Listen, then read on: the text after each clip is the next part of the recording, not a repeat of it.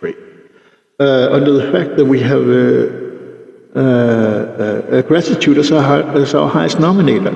So if in this bizarre universe, our reality is in fact a matter of seeking gratitude, which is basically the outcome of a successful operation in relation to our needs, then by definition, our purpose is seeking our own self-realization through gratitude for fulfillment. Okay? So if we seek fulfillment and we are in a state of a hunt for fulfillment, then the whole aspect of our nature becomes a relation we can achieve our purpose from. And this is interesting. It might not be daily thoughts where we come from, because we just are in our hunt. But if we seek the purpose's existential essence, then we can, as a species, legislate against and for this in favor of optimizing our global living criteria. Now, when I say philosophia is the meaning of life, I mean it, because there's no other higher aspects of all these things put together in one than that. And this is interesting, because when we look at it, there is nothing more damaging to a child or a person than getting raped and killed. I hope you understand that.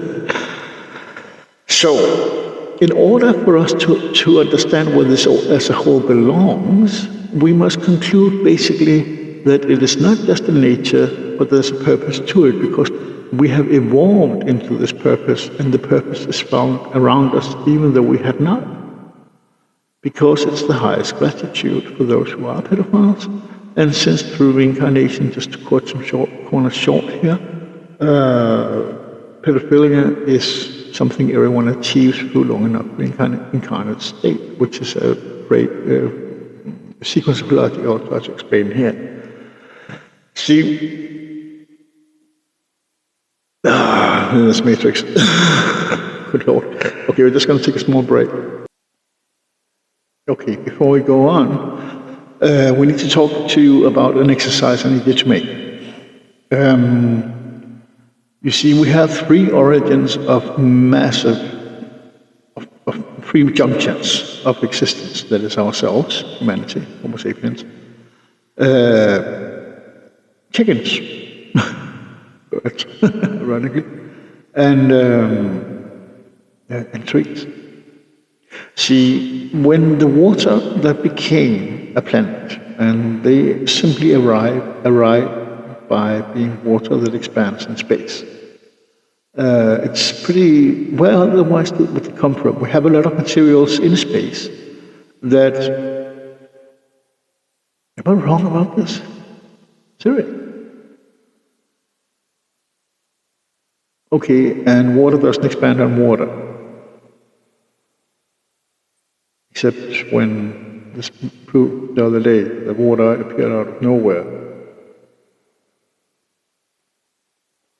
What did they do to produce it?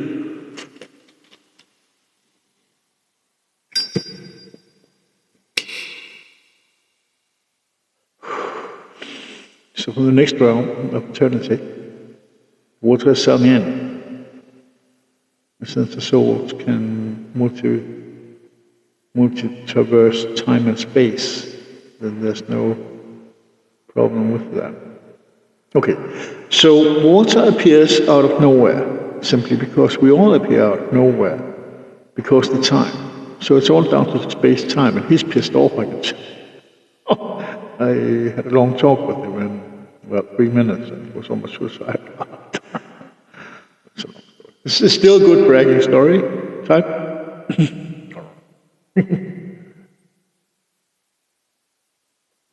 Anyway, the story is that you're not magical. You can't just go to the roof of a house and jump down and fly. You are stuck in your body, that's limbs that can't omnidirectionally twist and turn. can only do 90 degrees with your knees and elbows. You hardly can't do 90 degrees with your hands unless you're hypermobile. Your fingers can't twist around unless you're hypermobile and has no purpose in doing so. You are stuck looking in a head that can't twist 180 degrees or 360. You are extremely rigid in your body, and you're stuck on 2D surfaces, observing 2D surfaces, talking about things that is, how was it, how does it work, how is it, and how is it going to happen. That's the essence of all information. And with that, your life is simply just observing 2D surfaces that is rendered for your experience temporarily into 3D space, but again, on a 2D surface of the back of your visionary cortex, to a 2D surface. That then again is 2D surfaces you're stuck on while you traverse 2D surfaces, observe 2D surfaces, and can't talk about or get informed in any other way onto and in 2D surfaces than about how things are doing, how they were doing and how they're going to have it, and how they basically work. And that's your entire life. And that's the present. When you think about it. You walk around, you have a floor. It's a 2D surface. You have the threading poles or parts of your feet that touches 2D surfaces. You might walk on gravel that is more than seemingly 2D surface, 2D surfaces into 3D, but the overall impression is 2D surfaces, and are several 3D surfaces to which you touch 2D surfaces at. Then you observe anything, and it might be in 3D space, but the whole construct boils down as a 2D experience that you then sort information out of into producing a 3D image. So the whole thing is 2D surfaces, squares, plates, and the whole thing around you is squares and circles, because we live in a virtual machine that can't produce anything but this object. So you are simply stuck in a 2D surface realm where you have 4 options of information, and that's your entire life as you grow old and die and become until you walk that 2D surface. And I told space-time that way, I'm speaking terms, and he got really depressed. It's depressing. And then it was yesterday, right? So there you are. Life 2D on 2D surfaces in a 2D environment. Suicide. It was yesterday. You know. So yeah. But anyway, since we're talking about pedophilia, then actually let's go back. Yeah, we're talking about space. So basically you have water that expands and becomes a sun. The sun is initially just an ice cube in zero space, and it's cold, and there's not much there, it's just an ice block, slowly expanding, until it becomes so heavy that it through gravity achieves heat, allowing it to become liquid. But then it's just a liquid ball of water at the right temperature. Then, and as it grows, it reaches above 100 degrees, but it's in zero space. So the fumes, what's this word? When you have something that boils and you have this fume.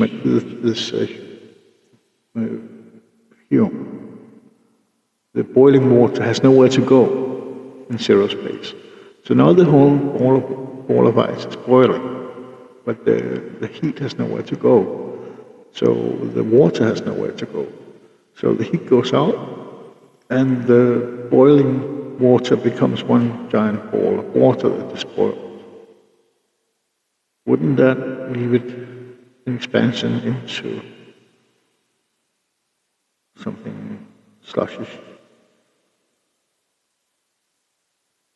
But it still has nowhere to go. So more water is applied, more love is love. And over time it becomes so great that it goes back to having mass instead of being gas. And then from there, it starts burning. And this water, once having burned long enough, and still having nowhere to go with the fumes, starts becoming burn wounds, becoming sour water, that then becomes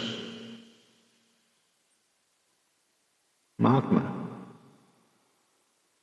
that then becomes eruptions, that then explodes into space. Am I wrong here? Let's test it.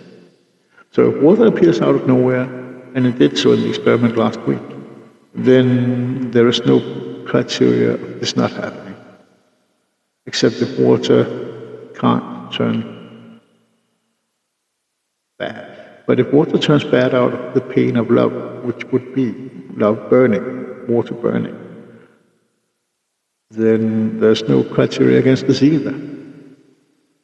And with these magma eruptions, some of these giant eruptions and volcano, if you will, eruptions of magma due to pressure ejected into outer space, then you have asteroid belts.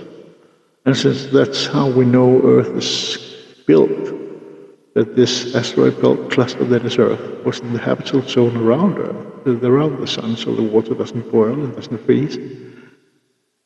Then we have the explanation initially, or maybe in full, about how Earth was created. Then we have time. There'll be some water on the surface. And we know that in the first billion years